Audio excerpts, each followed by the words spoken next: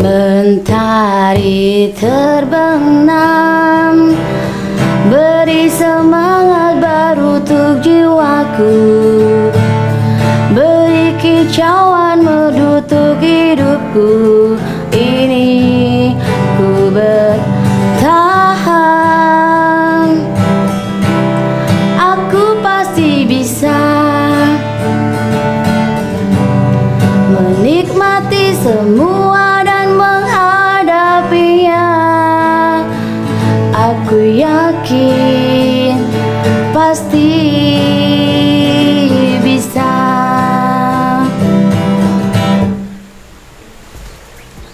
Halo Thames Lover, salam sehat dimanapun Anda berada. Senang sekali saya hadir kembali, Intan Ipus, menemani sela aktivitas Anda dan tetap di program Thames Podcast. Nah, kita akan terus berkolaborasi dengan UMKM. Bagi yang mau mengirimkan produk, bisa kirim ke sini. Nanti untuk alamatnya ada di deskripsi di bawah ini. Kali ini kita berkolaborasi dengan Aisyah Almira Clothing, Muslim Clothing, kemudian Bluder Mirosol, Ngoteh Glek, Susu Saping, dan Pisang Bolen Umiko. Nah, kali ini kita kedatangan tamu yang istimewa, masih muda, inspiratif, dan ganteng pastinya. Beliau adalah Mas Bagus Panuntun, anggota DPRD Kota Madiun, akan berbicara tentang ekonomi kreatif. Nah, langsung aja kita sapa beliau.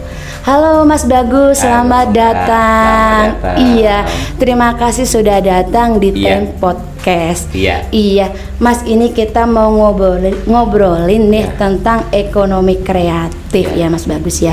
Nah, ini Kota Madiun nih Mas ya, hari ini kan sudah semakin maju ya. Betul. Untuk baik infrastruktur maupun anak mudanya nih Mas Bagus.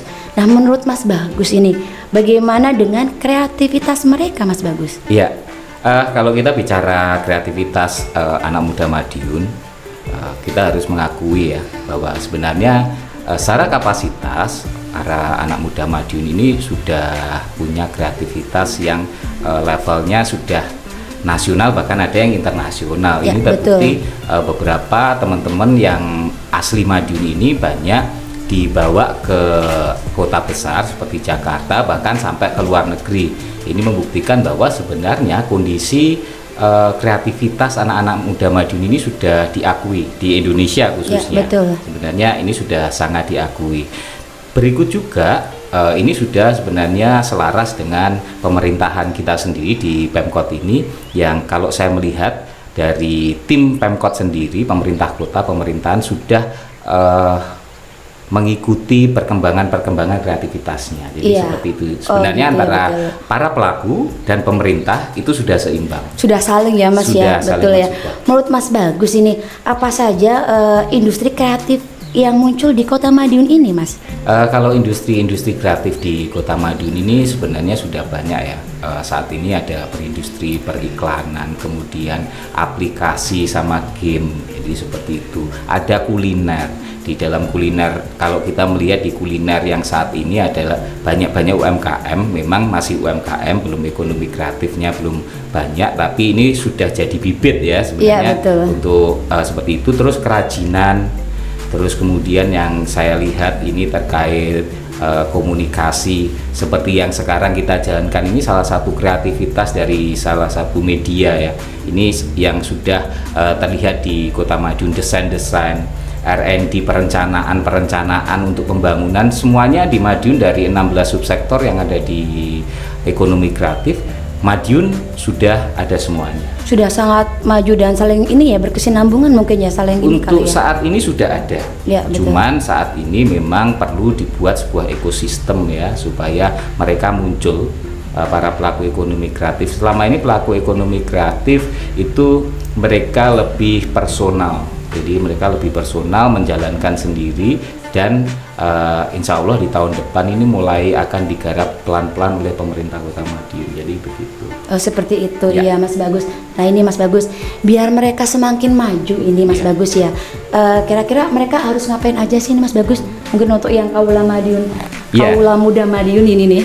Iya, sebenarnya untuk teman-teman para pelaku ekonomi kreatif, tunjukin dulu apa sih yang bisa diberikan untuk apa yang saat ini mereka kerjakan. Jadi jangan berharap dulu, jangan terus berharap, bukan jangan berharap dulu ya, jangan terus berharap. Kita anak muda itu nggak boleh berharap terlalu besar. Kita belum melakukan. Iya, tapi kita harus berbuat dulu sehingga apa yang kita perbuat ini bisa jadi sebuah pengakuan dari orang lain. Kalau saya secara pribadi, teman-teman yang ada di Madiun, terutamanya pelaku ekonomi kreatif ini sudah banyak melakukan sesuatu untuk Kota Madiun. Sesuatu itu bukan hanya hasil karya aja, tapi bisa sebuah masukan, kritikan itu untuk kemajuan di Kota Madiun ini. Ya betul.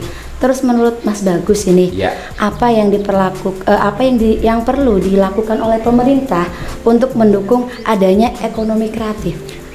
Sebenarnya ekonomi kreatif sudah ada, pelakunya sudah ada, cuman aturan yang mengatur saat ini belum dan on progress. Jadi di tahun ini sebenarnya kita proses untuk membuat perda ekonomi kreatif. Kebetulan ketua pembentukan perdanya untuk ekonomi kreatif saya, cuman dikarenakan ada beberapa teknis dan untuk penyempurnaan perda tersebut insya Allah akan kita sempurnakan di tahun 2021. Memang saat ini perdanya belum ada peraturan pemerintah yang mengatur. Perpresnya sudah ada, tapi peraturan pemerintah masih belum ada, karena kalau kita paksakan perdanya itu nanti perwalnya atau perwalinya itu akan tidak bisa berjalan maksimal. Itulah yang membuat kami di DPRD selaku pembentuk peraturan daerah itu ingin sesuatu yang sempurna, dan ini juga sudah diamini oleh pemerintah Kota Madiun untuk bisa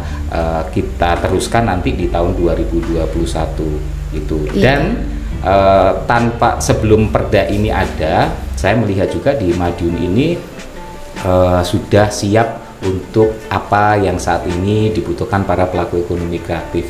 Beberapa sudah disiapkan, jadi seperti itu. Sejauh itu sudah melibatkan sampai sejauh mana ini? Untuk melibatkan, untuk saat ini on proses ya. Setelah kemarin pembentukan perda ini berjalan, terus diikuti dengan rencana kerja pemerintah daerah 2021 untuk mengajak para pelaku ekonomi kreatif. Kemarin baru beberapa ya, masih mungkin banyak PR ya, karena menyangkut banyak ini. Betul. Ceritanya. Dan nantinya di tahun 2021 insya Allah pemerintah Kota Madiun saat ini sudah pelan-pelan mempersiapkan untuk 2021, dikarenakan saat ini pemerintah Kota Madiun untuk 2021 punya program adalah pariwisata. Sementara ekonomi kreatif itu satu kesatuan dengan pariwisata, yang mana kalau pariwisata aja berjalan sendiri tanpa ekonomi kreatif tidak bisa saling mendukung atau menjadi lebih besar nantinya. Jadi nah, untuk menggali pariwisata, saya mungkin tertarik dengan tadi yang disampaikan. Untuk pariwisata di Madiun ini kira-kira apa sih, atau objek mana mungkin yang kira-kira nanti mau diangkat ya ini? Betul. Pariwisata di Madiun ini kalau saya menjabarkan, jadi ada hal yang unik. Saya bilangnya ya, karena penasaran kan. Maksudnya kan kita pariwisata mana yang disebut mungkin untuk area Madiun, mungkin bisa dijelaskan di sini dari Mas Bagus untuk menyampaikan. Jadi kan orang-orang tahu bahwa kalau pariwisata itu sebenarnya bukan lebih identik mungkin pantai atau mungkin gunung atau apa. Nah, mungkin ini Mas Bagus mau menjelaskan pariwisata Madiun. Iya, jadi unik. Madiun ini unik karena Madiun ini kota yang tidak punya sumber daya alam. Betul. Nah, kita harus mengakui kita nggak punya gunung, nggak bisa pantai, jadi kita tiduran di pantai di Madiun ini nggak bisa. Betul, seperti itu Mas. Tapi kenapa saya bilang unik? Kepala daerah kita itu mencanangkan 2021 infrastruktur pembangunan itu mengarah untuk pariwisata. Pariwisata apa? Pariwisata buatan. Yang saat ini sudah digagas mulai pembangunan pariwisata di Jalan Pahlawan atau Pahlawan Street Center. Betul. Adalah pariwisata buatan. Nanti di sana akan ada arung jeram, ada tujuh keajaiban dunia, terus kemudian ada Jalan Pahlawan ala Malioboro. Kalau bilangnya Malioboro, kalau saya enggak lah, Bagus Pahlawan. Betul. Bagus Pahlawan. Setelah saya beberapa kali di Malioboro, Bagus Pahlawan. Iya, betul. Ya, seperti itu. Terus kemudian ada wisata sepeda untuk agrowisata juga ada. Jadi sudah mulai disiapkan pembangunan. Jadi seperti itu. Nah, ya. ini juga saya baru dengar loh beneran. Ya. Ini luar biasa untuk kedepannya. Berapa untuk lama nggak Madiun. keluar di Kenapa? Kota Madiun? Ya sebenarnya tiap hari, cuman mendengar seperti ini ada gambaran bahwa akan ada fasilitas penunjang di situ. Ya. Semisal tadi ada tambahan arum jeram nih di dalam kota ini Di dalam ceritanya. kota. Wow, itu di mana Mas kalau boleh tahu bocorannya ini? Di Sumberwangi, Sumberumis. Di Oh, bawah di Sumberumis, ya, di di situ. Sumberumis. Di atasnya ada apa namanya? Di atasnya ada 7 keajaiban dunia, nanti di bawahnya ada arum jeram. Oh, seperti Iya. itu ya. Dengan kota yang kecil, ini kita patut mengapresiasi, ini seperti itu. Iya, ya ini lagi Mas. Fasilitas yang dibutuhkan pelaku ekonomi kreatif itu seperti apa? Ya, jadi on progress, proses dari untuk ekonomi kreatif supaya bisa berkembang pastinya butuh sebuah pengembangan, sebuah konsep yang sangat besar ya. Apalagi untuk saat ini di mulai 2019 dengan Badan Ekonomi Kreatif yang dilebur di Kementerian Pariwisata dan Ekonomi Kreatif ini, kita membuat sebuah konsep baru. Jadi konsep-konsep yang saat ini lagi disiapkan kementerian. Pemerintah kota tetap harus mengikuti aturan di atasnya. Hanya untuk Kota Madiun saat ini yang terpenting adalah untuk pengembangan ekonomi kreatif, utamanya adalah bagaimana kita bisa menciptakan sebuah ekosistem ekonomi kreatif. Ya betul, seperti Karena itu. anak muda ini kalau sudah terbentuk ekosistem, disitulah kreativitasnya muncul. Betul. Kadang ada kreativitas kalau tidak ada sebuah ekosistem, mereka hanya mengerjakan sendiri, tidak bertukar pikiran atau Jadinya individu iya, ini ya individual. ceritanya, tidak Jadi, untuk sosial iya, yang seperti itu betul. tidak keluar. Betul, Nah, betul. oleh karena itu yang paling utama untuk pengembangan ekonomi kreatif adalah bagaimana kita bisa membangun sebuah ekosistem. Membuat ekosistem betul. dahulu, ekosistem bagaimana kita bisa membuat sebuah ekosistem. Salah satu contoh ini ya, ini hanya satu contoh aja, kita membuat sebuah pusat kreasi.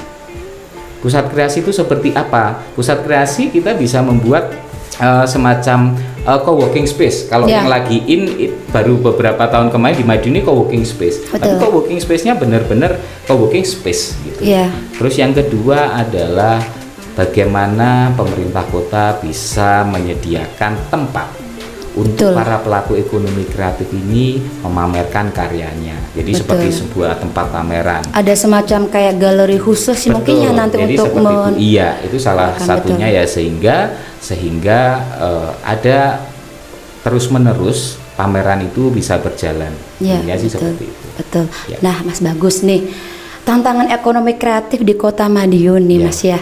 Ini kan kota kecil. Menurut Mas Bagus dibanding dengan kota-kota besar, seperti apa tantangannya? Maksudnya kan antara kota kecil sama kota besar, apakah lebih mungkin menantang atau gimana ini? Kalau kita dibandingkan kota besar yang saat ini sudah ada Bandung aja, kota Bandung itu saat ini belum punya yang namanya sebuah peraturan terkait ekonomi kreatif. Yang sudah punya justru provinsi. Ya. Kota Bandung yang punya julukan banyak Paris Van Java dan Iya, lain-lain, betul, yang betul. kita tahu kreativitasnya mereka sangat luar biasa, itu belum punya yang namanya peraturan. Nah, kalau kita mengacu juga di Jawa Timur, kita berbanding aja di Jawa Timur saat ini, Provinsi Jawa Timur pun belum punya peraturan terkait masalah ekonomi kreatif. Iya, Bagaimana nanti perbandingan Kota Madiun dengan kota besar yang lain? Saya kira Madiun ini sudah sangat siap. Sudah sangat siap Sudah pasti sangat ya, siap ya. secara SDM-nya. Betul, betul. Jadi tadi yang di awal saya menyampaikan SDM dari pemerintah sendiri maupun SDM dari pelaku ekonomi kreatifnya sendiri sudah siap. Paling enggak benar-benar sudah dipersiapkan ya, Mas ya. Tinggal nanti bagaimana fasilitas-fasilitas yang akan dipersiapkan oleh pemerintah kota. Iya. Yakin nggak kita bisa melebihi dari kota-kota besar? Kota-kota besar lain? Yakin. Pasti Saya itu ya, secara pasti. asli orang Madiun ya. itu sangat yakin sekali dengan kondisi saat ini yang lagi hot ya, anak-anak muda kreativitasnya. Tapi jangan lupa bahwa kota besar itu biasanya informasinya lebih duluan. Ya, betul-betul seperti Nah, itu.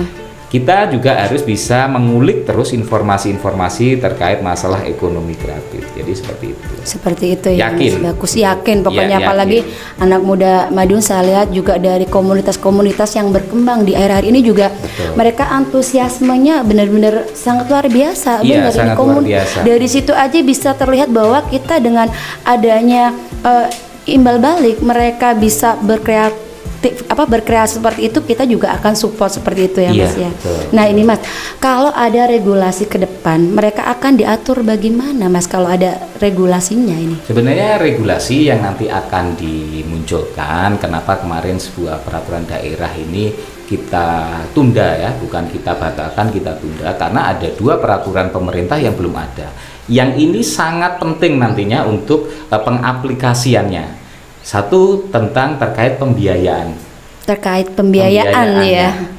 Betul. Ini sangat penting sekali. Yang kedua adalah sistem pemasaran. Sistem pemasaran ini akan sangat luas sekali nanti. Yeah. Makanya pemerintah kota dalam hal ini apabila nanti membuat peraturan wali kota itu belum berani ya untuk 2 poin yang paling penting ini sebelum ada peraturan pemerintahnya. Iya, seperti betul, itu. betul. Jadi aturan-aturan yang paling penting nanti 2 itu target 2022 sebenarnya. 2022 apa udah yakin udah selesai bisa tercapai maksudnya? Untuk peraturan pemerintahnya target di peraturan Menteri Pariwisata Ekonomi Kreatif itu di tahun 2021 untuk pembiayaan, sistem pemasaran targetnya selesai 2022. Jadi kalau untuk regulasi nanti apabila sudah dijalankan, saya yakin ini memberikan keleluasaan pemerintah untuk mengembangkan pariwisata sekaligus ekonomi kreatif, karena saya yakin pariwisata ini tanpa ekonomi kreatif tidak bisa tidak berjalan bisa bersama. Betul. Ya. Nah ini dukungan agar SDM pelaku ekonomi kreatif itu seperti apa Mas Bagus? Untuk dukungan untuk pelaku ekonomi kreatif, jadi untuk pelaku ekonomi kreatif itu kan ada 2. Jadi ada pelaku kreasi dan pengelola kekayaan intelektual. Poin dari ekonomi kreatif sebenarnya tentang kekayaan intelektual. Jadi untuk terkait pelaku support seperti apa, ada sebuah sistem pelatihan, seminar. Jadi bagaimana mengembangkan ekonomi kreatif. Ada ekonomi kreatif yang berbasis dari UMKM. Istilahnya UMKM ini bisa naik grade untuk menjadi sebuah ekonomi kreatif. Jadi yang lebih penting adalah dukungan kepada para pelaku ekonomi kreatif. Ada semacam seminar, terus informasi-informasi dari para pelaku ekonomi kreatif yang bisa menjadi inspirasi. Dan saya lihat itu sudah berjalan loh ini untuk di Madiun seperti itu. Kayak ada seminar-seminar tentang UMKM dan sebagainya, itu sudah ada. Seminar di Madiun sangat banyak sekali. Betul. Utamanya untuk UMKM. Yep. Belum untuk para pelaku ekonomi kreatif. Betul. Jadi lebih kepada basic bagaimana UMKM di Madiun ini bisa membuat produknya. Betul. Stop di situ menurut saya. Masih betul. bagaimana membuat produk, masih ada nanti insya Allah di tahun depan semoga masih ada program untuk khususnya untuk UMKM, karena UMKM ini jadi tulang punggung perekonomian nasional. Betul. Itu nanti akan ada bagaimana UMKM bisa berjualan keluar daerah. Betul. Iya, Mas Bagus nih. Mas Bagus secara pribadi caranya mendukung ekonomi kreatif ini seperti apa? Ini secara pribadi loh Mas Joni. Sebenarnya di awal sebelum ada Perda sudah ada masuk di program perencanaan pembentukan peraturan daerah terkait ekonomi kreatif. Kebetulan saya ini salah satu pelakunya. Iya. Dengan kondisi Covid kemarin, saya sebenarnya secara pribadi pun sebenarnya berat, apalagi teman-teman yang saat ini juga menjadi pelaku ekonomi kreatif. Pertama saya mendukung adalah saya mengajak diskusi. Betul. Para pelaku ekonomi kreatif supaya mereka dilibatkan dalam pembentukan perdanya. Alhamdulillah masukan dari teman-teman untuk supaya usulan di dalam kerangka ekonomi kreatif ini banyak yang masuk. Mereka kemarin juga menyampaikan, alhamdulillah kami diajak ikut mikir. Mereka dilibatkan karena itu yang pertama. Yang kedua, untuk terkait ekonomi kreatif, bagaimana kalau saya secara pribadi nanti berusaha memperjuangkan di dalam program-program yang dijalankan pemerintah kota ya. Jadi programnya nanti seperti apa. Jadi saya akan memberikan banyak masukan kepada pemerintah kota untuk bisa memfasilitasi para pelaku ekonomi kreatif ini. Untuk bisa nanti mengadakan seminar atau istilahnya kalau bahasa Jawa kita tuh nyicil, belum ada kerjanya nggak apa-apa, tapi kita mengadakan seminar terkait ekonomi kreatif, karena ekonomi kreatif kan diatur di dalam OPD pariwisata. Jadi seperti itu salah satu yang saat ini lagi saya perjuangkan. Tapi secara pribadi, kalaupun dalam usaha yang saat ini mungkin saya geluti, saya memberikan ruang ke teman-teman untuk bisa mengadakan seminar, atau biasanya saya support kalau teman-teman ngadain kegiatan sendiri, support tenan kah itu macem-macem deh, pokoknya kita pasti saya mensupport. Berarti sewaktu-waktu kita mau mengundang boleh nih ya Mas? Boleh. Iya, kayaknya nggak akan ada habisnya nih Mas kita ngobrol kayak gini ya Mas ya. Banyak sekali yang kita ulas dan kayaknya cukup sampai di sini. Terima kasih atas kedatangannya. Siap. Jangan kapok-kapok kalau kita undang kembali Mas Bagus. Terima kasih sekali lagi. Terima kasih. Nah, nantikan kami kembali dalam program Tem Podcast lainnya dengan narasumber dan tema-tema menarik lainnya. Sampai jumpa.